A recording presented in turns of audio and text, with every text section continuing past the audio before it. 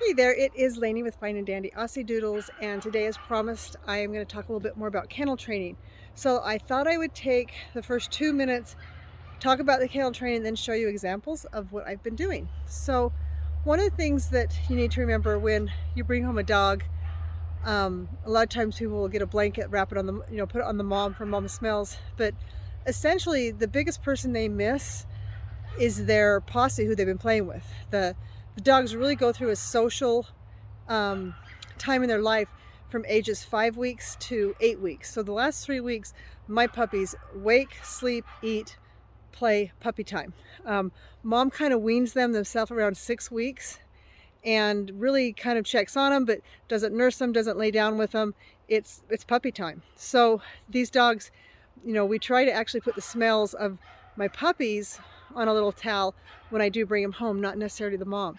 So when I do this and I bring them home, I don't immediately just say, okay, straight to the kennel and you're going to cry it out. We're just going to cry it out. They're used to sleeping in a kennel, but they're used to sleeping in a kennel with maybe one or two other litter mates. And so they're going to have that missing each other thing. So again, I don't, put that kennel full of animals to make that substitute. But what I do is I create an environment. So when I bring that dog in, you're going to see that at first they're going to cry. I stay with it. I do different things to calm it. I'll sit by its cage. The first night I brought Autumn Rose in, I slept on the couch. I brought the kennel in next to there, and I slept right next to her just because it was her first night. I knew it was going to be traumatic. But the kennel was covered, but when she'd wake up crying, I could talk to her, I could have her hear my voice, I could put my fingers in and pet her little paws. And then I did that for 2 nights, and then start introducing her into her own area.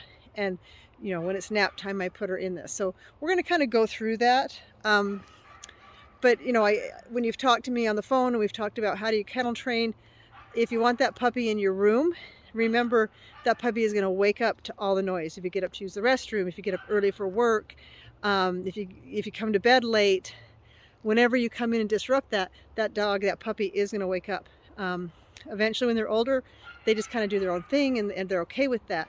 But while you're training, just remember, if you want that puppy crate in your room and you've decided not to have them away, consider a noise machine so that you can go in and out of that room without disturbing or waking up the pup.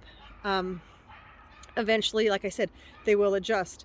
One of my buyers was talking about how they're home. They work at home. They have family members at home, and so the puppy has never been alone. And they had the kennel in the family room. So whenever they're watching TV, stimulation. Whenever they're eating, stimulation. The puppy can be in the kennel. And what they're finding is they all had to go out to an event, and that puppy was devastated. Like, where is all my excitement? Where's what's going on? And I told her, I says, it's time to take that crate and you've got to retrain her, and you're going to have to put that crate in a place where there isn't such a social environment. Because when you leave, that puppy's going to be really, really upset because it's been 24/7 people. Even though your dog is crate trained and it's in that crate, now that when the family had to leave for an event, that puppy doesn't know what's going on. So I kind of emphasize it's okay to have them in a bathroom. It's okay to have them in a laundry room. It's okay to have them in a guest room, a part of the house you don't have to be in. I promise you, eventually that dog will be sleeping on your footbed, will be sleeping in your room. But for this first 3 months, it's very, very beneficial to get them used to their own quiet space in their own kennel. And like I said, I'll go over some of this stuff that I've been doing so you guys can see how I've implemented it. And most of the time I will go in and spend 2 or 3 minutes to calm the dog down, cover the dog, and leave the room, and I'll get a good two-hour nap out of her. There are times where she's got the zoomies and she's overtired and she's just not going to calm down, and I'll say, okay, well, we're gonna have to cry it out for a few minutes, and she'll eventually now kind of just soothe herself to sleep. But I don't go and jump in that hot water the minute I bring the dogs home. So I will try to do my best to interpret the videos as I'm videoing them. You'll see me at my best in the middle of the night trying to work with dogs. And I hope these videos help you. Like I said, it's a safe space. It's a great space. and it becomes a place that they love. So hope you guys make it a fine and dandy day, and I'll have more coming your way here in a minute with my samples.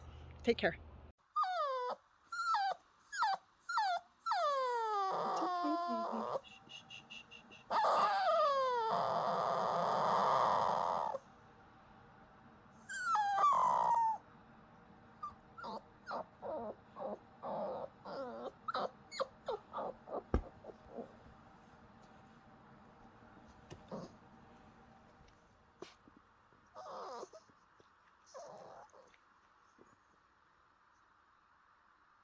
Are you upset? Okay, it's time to go sleep. I know. Shh, shh, shh, shh, shh, shh. Just relax. Just relax. Just relax. That's my girl. Just settle in. Settle in. It's okay. It's okay. Shh, shh, shh, shh, shh. That's my girl. That's my girl. I know.